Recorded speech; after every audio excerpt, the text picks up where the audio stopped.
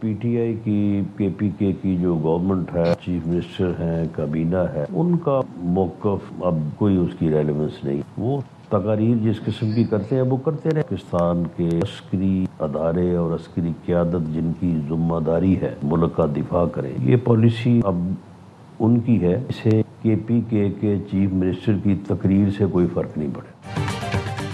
وزیر اعلیٰ خیبر پختونخوا جو بیانات دیتے ہیں اس کی کوئی اہمیت نہیں. PTI کی صوبائی حکومت یا ان کے ارکان کے موقف کی کوئی حیثیت نہیں. وزیر اعظم کے مشیر رانا ثناء اللہ کی پروگرام اعتراض ہے میں گفتگو. کہا پاک فوج کی سیکیورٹی کی ذمہ داری ہے. پاک فوج کو ملک کے دفاع کے لیے جو بھی اقدامات کرنا ہوں گے وہ کیے جائیں گے. تحریک انصاف کی ہر معاملے میں پاکستان مخالف پالیسی ہے. حکومت کے خلاف جانے کے چکر میں PTI ریاست کے خلاف چلی جاتی ہے.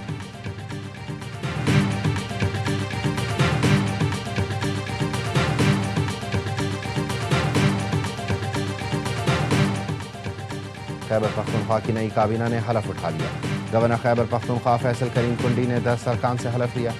حلف اٹھانے والوں میں مینا آفریدی، ارشد ایوب، امجد علی، آفتاب عالم آفریدی، فضل شکور، خلیق الرحمان، ریاض خان، فخر جہاں، عاقب اللہ خان اور فیصل خان شامل ہیں.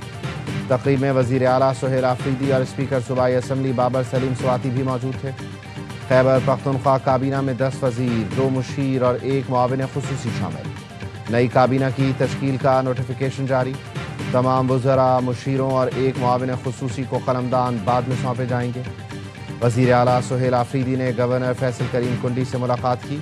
صوبے کی سیاسی، معاشی اور امن و امان کے معاملات پر گفتگو کی گئی.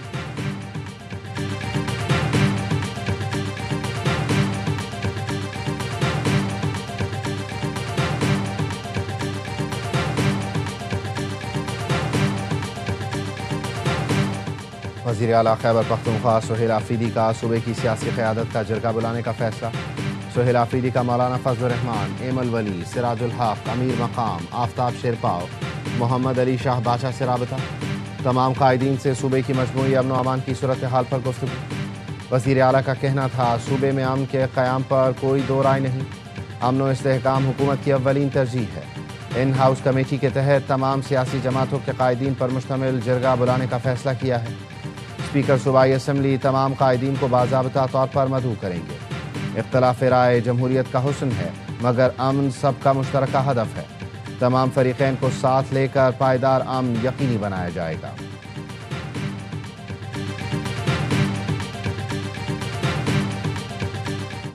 فواد چودھری صاحب اور عمران اسماعیل صاحب، ہم 3 لوگ جو ہیں بالکل عدلیہ جیل بھی گئے اور شاہ محمود قریشی صاحب سے بھی ملاقات کی. نئی قیادت ہے، ان کی عمر نہیں ہے اتنی جتنی شاہ صاحب کی سیاسی جو ہے بصیرت ہے. سابق PTI رہنماؤں کی شاہ محمود قریشی سے ملاقات. فواد چودھری، عمران اسماعیل اور محمود مولوی نے لاہور میں PKLI ہسپتال میں ملاقات کی. ذرائع نے بتایا PTI میں کوئی نیا بلاک بن سکتا ہے. ملاقات کے بعد محمود مولوی نے ARY نیوز کو بتایا شاہ محمود کے پتے میں پتھری ہے، ان کی سرجری ہونی ہے. ورکرز جیلوں میں ہیں اور کوئی پوچھنے والا نہیں. اعجاز چودھری سمیت اور بھی کئی لوگوں اور ورکرز سے ملاقات ہوئی. ہم چاہتے ہیں کہ بیٹھ کر بات چیت ہو اور مسائل کا حل نکالا جائے. فواد چودھری نے ایکس پر پیغام میں کہا شاہ محمود قریشی کئی دنوں سے علیل ہیں. PTI لیڈرشپ ان سے ملنے نہیں جاتی. تمام پارٹی بانی PTI کی رہائی چاہتی ہے. جو بانی کو جیل میں دیکھنا چاہتے ہیں وہ ماحول تلخ کر رہے ہیں. وہ چاہتے ہیں ان کی لیڈری چمکتی رہے.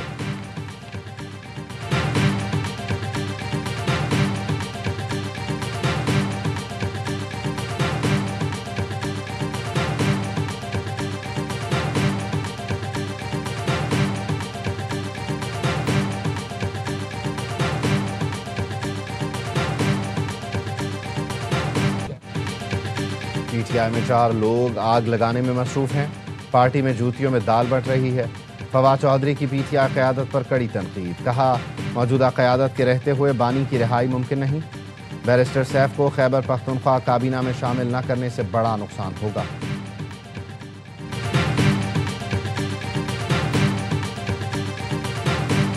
وہ جماعت تحریک لبیک دانستہ طور پر ملک دشمن قوتوں کو فائدہ پہنچا رہی ہے. اس لیے ہم سب کا فیصلہ ہے کہ ہم سب تحریک لبیک سے علیحدگی کا اعلان کرتے ہیں.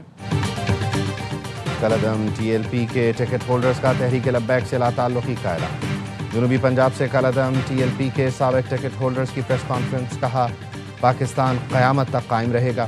پاک افواج نے کچھ ماہ قبل دشمن بھارت کو شکست دی، دشمن اب پاکستان کے خلاف پراکسی جنگ لڑ رہا ہے۔ TLP نے ایسے لانگ مارچ کی کال دی جس سے دشمن کے بیانیے کو تقویت ملی۔ خارجی دہشت گردوں نے بھی کالعدم TLP سے وابستگی کا اعلان کیا۔ افغانستان سے جنگ کے دوران بھی لانگ مارچ کی کال دی گئی۔ TLP ملک دشمن قوتوں کو فائدہ پہنچا رہی ہے۔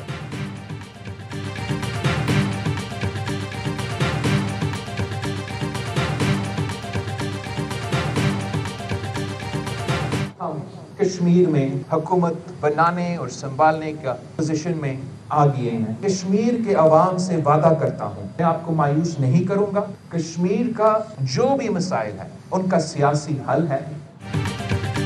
کون ہوگا وزیر اعظم آزاد کشمیر کا امیدوار؟ بلاول نے ابھی نہیں بتایا۔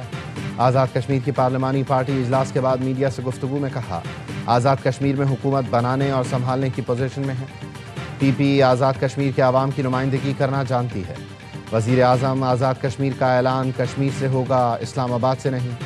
آزاد کشمیر حکومت کی بقیہ مدت امتحان ہوگی۔ کشمیر کے مسائل سیاسی ہیں، ان کا حل پیپلز پارٹی کے پاس ہے۔ ذرائع کا کہنا ہے پیپلز پارٹی آزاد کشمیر میں وزیر اعظم کے نام پر اختلافات برقرار ہیں۔ پارٹی قیادت گروپنگ ختم کرانے میں ناکام ہو گئی۔ پیپلز پارٹی آزاد کشمیر کی پارلیمانی پارٹی کا اجلاس بے نتیجہ ختم ہوا۔ ذرائع کے مطابق پارلیمانی پارٹی سردار یعقوب، لطیف اکبر، چودھری یاسین کے دھڑوں میں تقسیم ہو گئی۔ دھڑوں نے اپنے امیدوار کی حمایت کی دستبرداری سے انکار کیا۔ وزیر اعظم کے نام کے فیصلے کا اختیار پارلیمانی پارٹی سے لے لیا گیا۔ امیدوار کا فیصلہ PP قیادت اب خود کرے گی۔ مظفر آباد میں نام کا اعلان جلد متوقع ہے۔ تحریک عدم اعتماد کب اور کیسے پیش ہوگی، اجلاس میں اس بارے میں کوئی حتمی فیصلہ نہیں ہو سکا۔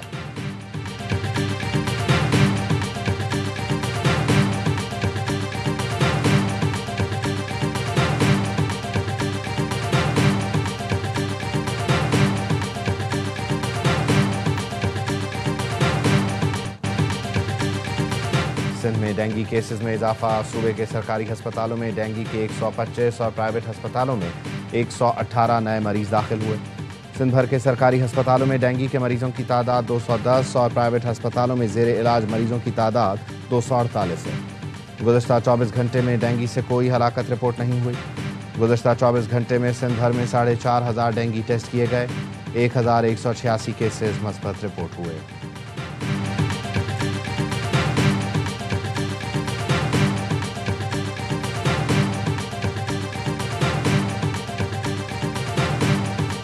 کراچی میں کسٹم اہلکاروں کے مبینہ تشدد سے 2 نوجوان زخمی، والد کی انصاف کے لیے دہائی۔ والد فرقان میمن کا کہنا ہے کسٹم افسر کی گاڑی سے موٹر سائیکل ٹکرانے پر اہلکاروں نے بیٹے پر تشدد کیا۔ بیٹوں کو کسٹم ہاؤس میں بند کیا گیا، پہنچنے پر مجھے بھی بٹھا لیا گیا۔ الزام لگایا، دھمکی دی گئی معاملہ ختم کرو ورنہ کسی کیس میں بند کر دیں گے۔ سادہ کاغذ پر دستخط کروائے گئے، پھر کسٹم ہاؤس سے باہر نکلے۔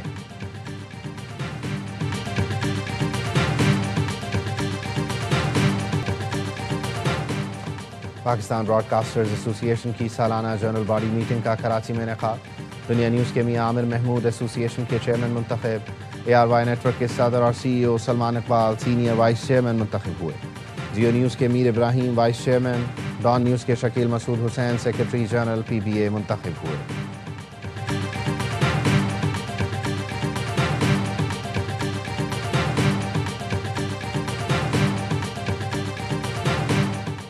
لاہور ہائی کورٹ نے اسلام آباد ریجنل ایسوسی ایشن سمیت تمام زونل کرکٹ ایسوسی ایشنز بحال کر دی۔ لاہور ہائی کورٹ نے کرکٹ بورڈ کے فیصلے کے خلاف پٹیشن کا فیصلہ سنا دیا۔ ایجوکیٹر کا آرڈر اور PCB کا 2025 کا خط معطل۔ جسٹس چودھری سلطان محمود نے فیصلہ سنایا۔ درخواست گزار شکیل شیخ کی جانب سے وکیل عدالت میں پیش ہوئے۔